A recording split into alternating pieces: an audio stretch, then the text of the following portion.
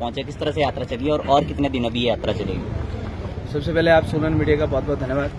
27 अगस्त को संत त्याग यात्रा का आगाज किया गया था कुनिहार तालाब स्टेडियम से और आज 8वां दिन है। आज हम लोग लगभग जिला सोलन से हम लोग जिला सिरमौर में एंटर करेंगे और 100 दिन की ये अंत त्याग यात्रा रहेगी। 100 दिन तक पूर्णतः हम लोग अन्न का त्याग करके हम लोग चलें और आप देख रहे हैं कि हम लोग एक केसरिया वस्त्र धारण करके चलें, इसके साथ में जनेऊ भी धारण करके चलें कि इस केसरिया वस्त्र को पहनकर हम लोग क्या त्याग और बलिदान की भावना अपने समाज के प्रति अपने अंदर हम लोग उत्पन्न कर सकते हैं। और लगातार देवभूमि क्षत्रिय संगठन स्वर्ण मोर्चा और साथ में राष्ट्रीय देवभूमि पार्टी ने हमेशा से स्वर्ण समाज के अधिकारों की लड़ाई पहली पंक्ति में खड़े होकर हम लोगों ने हमेशा से लड़ी। उसी लड़ाई को आगे बढ़ाते हुए और मजबूती के साथ आगे बढ़ाते हुए ये 100 दिन की अंत यात्रा का हम लोगों ने आगाज किया है और आज सोलन में है और सोलन आज हम लोग शूलिनी माता मंदिर के दर्शन करने के पश्चात हम लोग कुछ इलाकों से यहाँ से गुजरते हुए फिर जिला सिरमौर की ओर हम लोग एंटर करेंगे। उद्देश्य क्या है सर इस यात्रा का और किस तरह का समर्थन लोगों का मिल रहा है इस यात्रा? जी देखिए, जहाँ पर उद्देश्य की बात आती है तो ये जो 100 दिन की अंत त्याग यात्रा है इसमें लगभग हम लोग 10 मुद्दों को लेकर हम लोग चलें और सबसे पहले समानता का अधिकार कि इस हिमाचल प्रदेश की जहाँ पर हम लोग बात करते हैं और बात करते आए हैं, यहाँ पर बिना किसी जाति भेदभाव के सभी के लिए समान नीति समान योजना का यहाँ पे प्रावधान होना चाहिए। दूसरी बात कि जिस प्रकार से देवभूमि क्षत्रिय संगठन स्वर्ण मोर्चा हमेशा से स्वर्ण आयोग की मांग को बड़ा मजबूती के साथ हम लोगों ने लड़ा है और सरकार के साथ हमेशा से मांग रखी है और वही मांग निरंतर है, क्योंकि भाजपा कांग्रेस वालों ने धोखा देने के अलावा और पीठ में छुरा मारने के अलावा किया कुछ नहीं है। तो वही स्वर्ण आयोग की मांग निरंतर इस यात्रा के माध्यम से चली है। राष्ट्रीय देवभूमि पार्टी उस चीज को लेकर चली है। तीसरा मुद्दा हमारा जो एट्रोसिटी SC/ST एक्ट में उसमें संशोधन की बात को लेकर हम लोग चले हैं, मुद्दे को लेकर हम चले हैं। चौथा कि हमारे जो हिंदू समाज के मंदिर है, जिस प्रकार से गुरुद्वारों का पैसा सरकार के पास नहीं आता, अपने धर्म को मजबूत करने के लिए जाता है, मस्जिदों का पैसा सरकार के पास नहीं आता, अपने धर्म को मजबूत करने के लिए जाता है। उसी प्रकार से जिस प्रकार का जो क्रिश्चियन है उनका पैसा, चर्चों का पैसा वो सरकार के पास नहीं आता, वो अपने धर्म को मजबूत करने के लिए जाता है। और जहां पर हम लोग दूसरी तरफ नजर दौड़ाकर देखते हैं तो हमारे जितने भी सिद्धपीठ हैं, हमारे जितने भी शक्तिपीठ है, सारा के सारे मंदिरों का पैसा सरकार के पास जाता है। और जहां पर हमारे, चाहे हम लोग अपने हिंदू समाज की बात करें, चाहे हम लोग सनातन समाज की बात करें, और जहां पर इस पैसे का प्रयोग होना चाहिए वहां पर इस पैसे का प्रयोग सरकारें करती हैं। और आज हम लोग इस बात को लेकर चले हैं कि ये जो हमारे हिंदू समाज के जो मंदिर हैं, इन हिंदू समाज के मंदिरों के पैसे को सरकार के अधीन से बाहर करके, इन जो सिद्धपीठ और शक्तिपीठ हैं सरकार के कंट्रोल से बाहर करके, हमारे इस हिंदुस्तान में हमारे धर्म गुरु हैं, हमारे महामंडलेश्वर हैं, शंकराचार्य हैं, जिनके पास वो उपाधि है, उनके अधीन इसे एक ट्रस्ट बनाकर इस पैसे को, जो हमारा सनातन धर्म है, उसको मजबूत करने के लिए। दूसरा, जिस प्रकार से हमारे गुरुकुल शिक्षा प्रणाली पहले हुआ करती थी कि हमारे जो हिंदू समाज के बच्चे हैं उनको हमारे वेदों का, हमारे शास्त्रों का, हमारे उपनिषदों का, हमारे धर्म ग्रंथों की शिक्षा दी जाती थी। और आज की तारीख में हम देखते हैं कि एक तरफ बड़ी बड़ी जो पार्टियां हैं वो बात तो करती हैं कि हिंदू राष्ट्र बनाएंगे, लेकिन मैं पूछना चाहता हूं कि आप हिंदू राष्ट्र बनाएंगे कैसे कि जब आपके बच्चों को आपके धर्म ग्रंथों का ज्ञान नहीं, अपने उपनिषदों का ज्ञान नहीं, अपने वेदों का ज्ञान नहीं, अपने शास्त्रों का ज्ञान नहीं। अगर इस प्रकार से अगर हिंदू राष्ट्र के बनाने की अगर नींव रखने की बात की जाती है तो मुझे लगता है कि खोखले वादों से ज्यादा इसमें कुछ है नहीं। इसके बाद हम लोग बड़ा मजबूती के साथ एक बात को और उठा रहे हैं कि जिस प्रकार से इस हिमाचल प्रदेश का जो युवा है लगातार चिट्टे की ओर वो अपने कदम बढ़ा रहा है। इस हिमाचल प्रदेश में अन्य राज्यों से आकर जो चिट्टे के सप्लायर हैं या हिमाचल प्रदेश के कुछ जो लोग होंगे जो पैसे के लालच में हमारे युवाओं की जिंदगियों को बर्बाद कर रहे हैं, सरकार उनके खिलाफ कड़ी कार्रवाई करती है, कानून उनके खिलाफ कड़ी कार्रवाई करता है, पुलिस उनके खिलाफ कड़ी कार्रवाई करती है, लेकिन उन लोगों के दिलों में कानून के प्रति डर है क्या कि 1 महीना जेल में रहेंगे, 2 महीना जेल में रहेंगे, उसके पश्चात आएंगे तो बाहर आकर उस काम को वो दोबारा और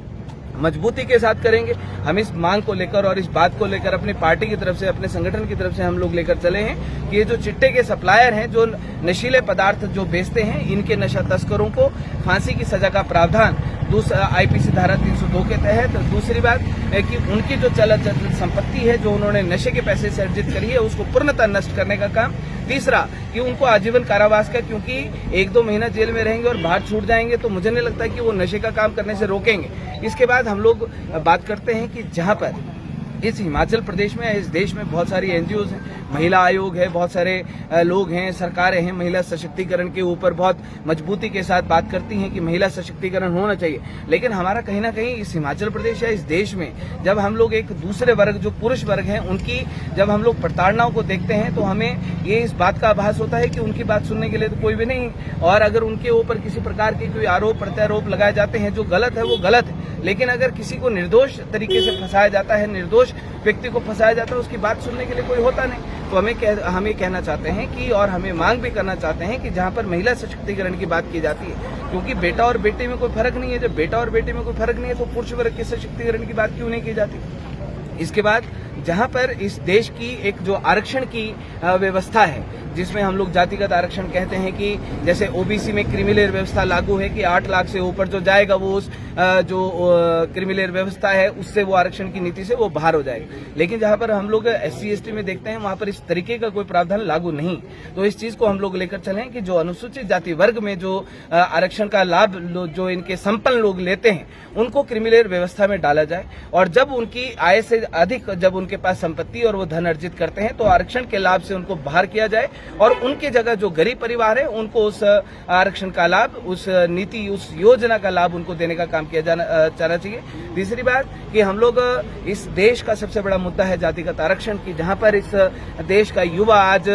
वो पिसता है अपनी योग्यता को अपनी योग्यता के बावजूद भी वो घर में उसको बैठने को वो मजबूर है। बहुत जगह देखते हैं, बहुत सारे एग्जाम्पल है, किसी भी यूनिवर्सिटी में देख लीजिए, कॉलेज में देख लीजिए, जॉब में देख लीजिए, कहीं पर भी फॉर्म भरे जाते हैं वहां पर देख लीजिए कि एक तरफ 1000, दूसरी तरफ 100, एक तरफ 90, दूसरी तरफ 40, दूसरी तरफ सरकारी कर्मचारियों को देखते हैं तो एक तरफ वो प्रमोशन के लिए 15-15 साल बेचारे रो रहे हैं, बिलख रहे हैं। वहां पे 3 साल पहले कोई आता है, 3 साल बाद वो 15 साल वाले के सिर के ऊपर बैठ जाता है, 15 साल वाले को सैल्यूट मारना पड़ता है। तो इन बुराइयों के खिलाफ, इन नीतियों के खिलाफ हमारी लड़ाई है, और इस लड़ाई को, इस मांगों को लेकर हम चले हैं। लोकसभा का चुनाव आएगा राष्ट्रीय देवभूमि पार्टी के माध्यम से, और हिमाचल प्रदेश के चारों लोकसभा क्षेत्रों में हमारा जो संगठन है, हमारी जो पार्टी है, अपनी आवाज बुलंद करेंगे। हमारे जो लोग हैं जो आगे मैदान में आएंगे, जो चेहरा बनेंगे, वो हमें बात कहना चाहते हैं अपने हिमाचल प्रदेश के लोगों से। आज तक कोई भी नेता, कोई भी पार्टी ऐसी नहीं है जो राजनीतिक पटल के ऊपर हमारे स्वर्ण समाज के अधिकारों की बात करती है। राष्ट्रीय देवभूमि पार्टी ने वो जिम्मा, और देवभूमि क्षत्रिय संगठन स्वर्ण मोर्चा ने वो जिम्मेवारी अपने कंधों के ऊपर ली है कि राजनीतिक पटल के ऊपर वो अपने समाज के अधिकारों की आवाज को बुलंद करेंगे, और इसी चीज के लिए 100 दिन के अंदर।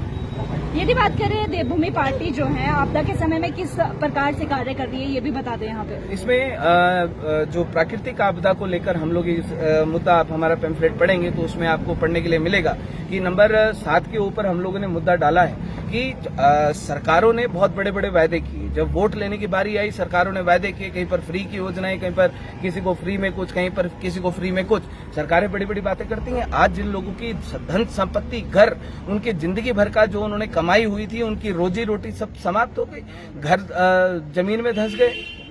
जिंदगी भर की पूंजी नष्ट हो गई। सरकार ने, जिसका 10 लाख का मकान खत्म हुआ, उसको सरकार ने दिया क्या? किसी को 5,000 रुपए, किसी को 10,000 रुपए, 1100 रुपए की राशन की किट, कहीं पर कुछ, कहीं पर कुछ। अरे भाई, जिस व्यक्ति ने अपना सब कुछ गंवा दिया, सरकार उसको एक